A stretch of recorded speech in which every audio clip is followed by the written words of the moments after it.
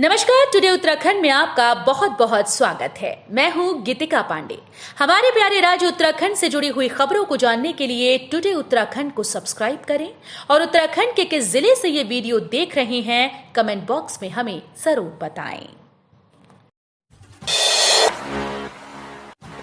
CM ने Hexaware technology के कार्यालय का किया शुभारंभ, कहा आईटी सेवाओं के विस्तार में जरूरी कदम।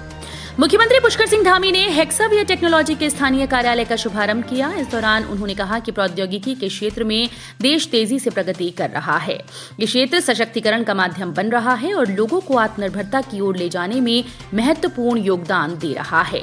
दून बिजनेस पार्क ट्रांसपोर्ट नगर देहरादून में कार्यालय का शुभारंभ करने के दौरान मुख्यमंत्री धामी ने कहा कि नया भारत टेक्नोलॉजी का न सिर्फ कंज्यूमर है बल्कि टेक्नोलॉजी के विकास में और उसके क्रियान्वयन में सक्रिय भूमिका निभा रहा है।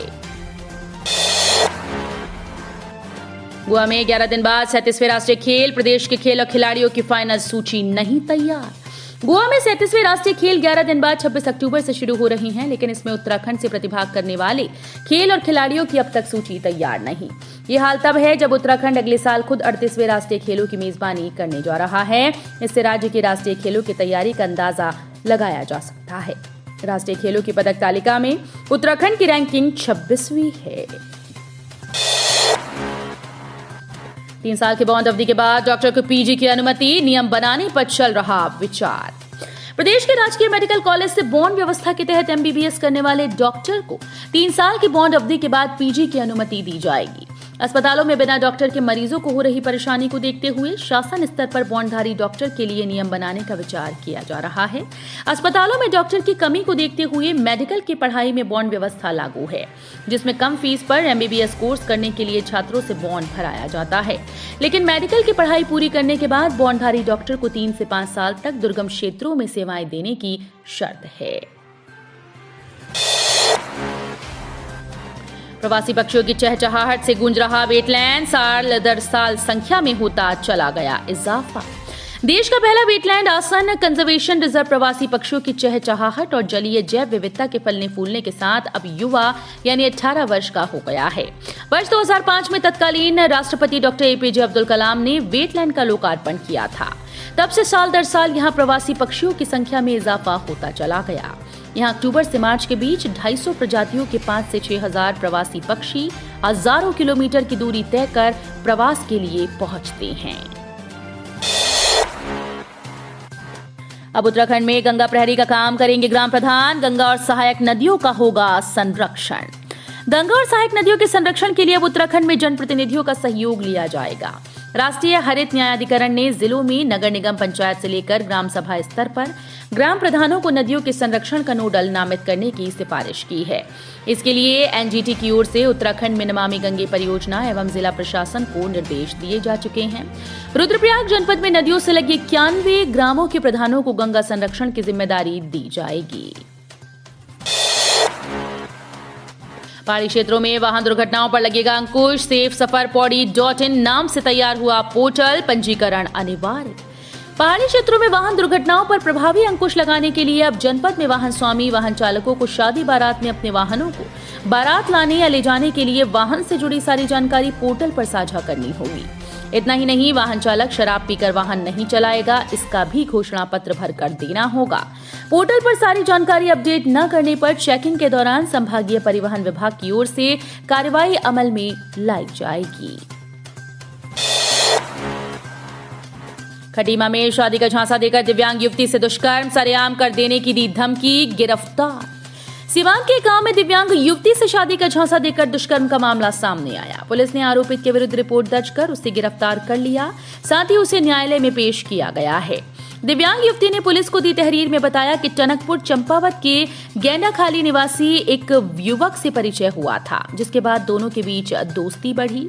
12 मार्च 2021 को आरोपित युवक उसके घर आया, जहां उसने जबरन उसके साथ शारीरिक संबंध बनाए, साथ ही धमकी दी कि अगर उसने किसी को बताया तो वो उसे बदनाम कर देगा।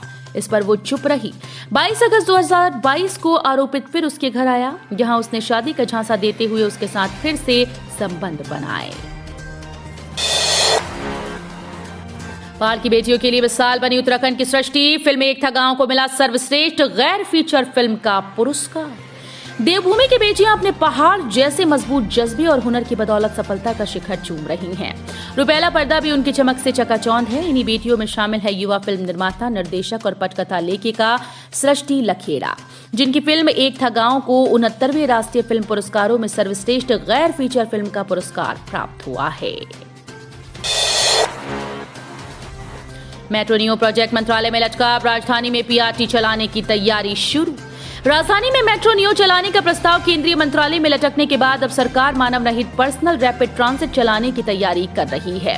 शासन से मंजूरी मिलने के बाद उत्तराखंड मेट्रो रेल कॉरपोरेशन ने इस पर काम शुरू कर दिया है। राजधानी में 3 कॉरिडोर पहचानते हुए कॉरपोरेशन ने इसकी ट्रैफिक और ट्रांसपोर्टेशन स्टडी की निविदा जारी कर दी है। प्रदेश के 6 जिलों में डेंगू के 52 नए मरीज मिले, अब तक हो चुकी 16 मौतें। प्रदेश के 6 जिलों में डेंगू के 52 नए मरीज मिले। अब डेंगू मरीजों की संख्या 3483 पहुंच गई।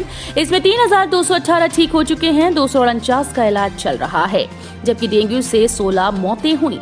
स्वास्थ्य विभाग के आंकड़ों के अनुसार शुक्रवार को पौड़ी में 14, नैनीताल में 12, देहरादून, हरिद्वार, उधम सिंह नगर में 7 और चंपावत में 5 मरीजों में डेंगू की पुष्टि हुई।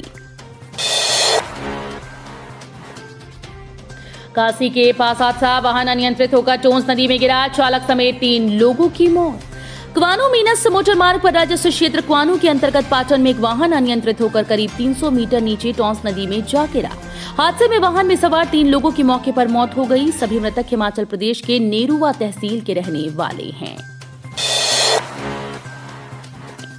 राजधानी की बिजली लाइन 977 करोड़ से होगी भूमिगत, बोर्ड की मोहर, 1.5 साल से लटका था मामला।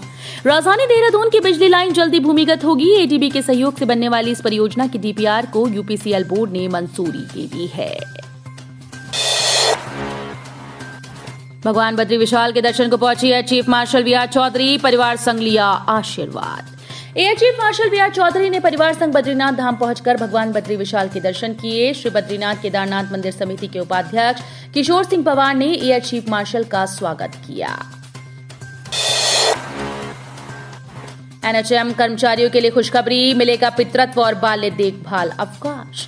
राष्ट्रीय स्वास्थ्य मिशन में तैनात 5,500 कर्मचारियों को भी पितृत्व और बाल्य देखभाल अवकाश मिलेगा। शुक्रवार को सचिव स्वास्थ्य डॉक्टर आर राजेश कुमार की अध्यक्षता में हुई स्वास्थ्य और परिवार कल्याण समिति की कार्यकारिणी बैठक में कर्मचारियों को शासन की नियमावली के अनुसार अवकाश देने का निर्णय लिया गया। तो ये थी हमारे प्यारे राज्य उत्तराखंड से जुड़ी हुई कुछ खास और अहम खबरें। इसी तरह की लेटेस्ट अपडेट पाने के लिए अभी सब्सक्राइब करें टुडे उत्तराखंड चैनल को। धन्यवाद।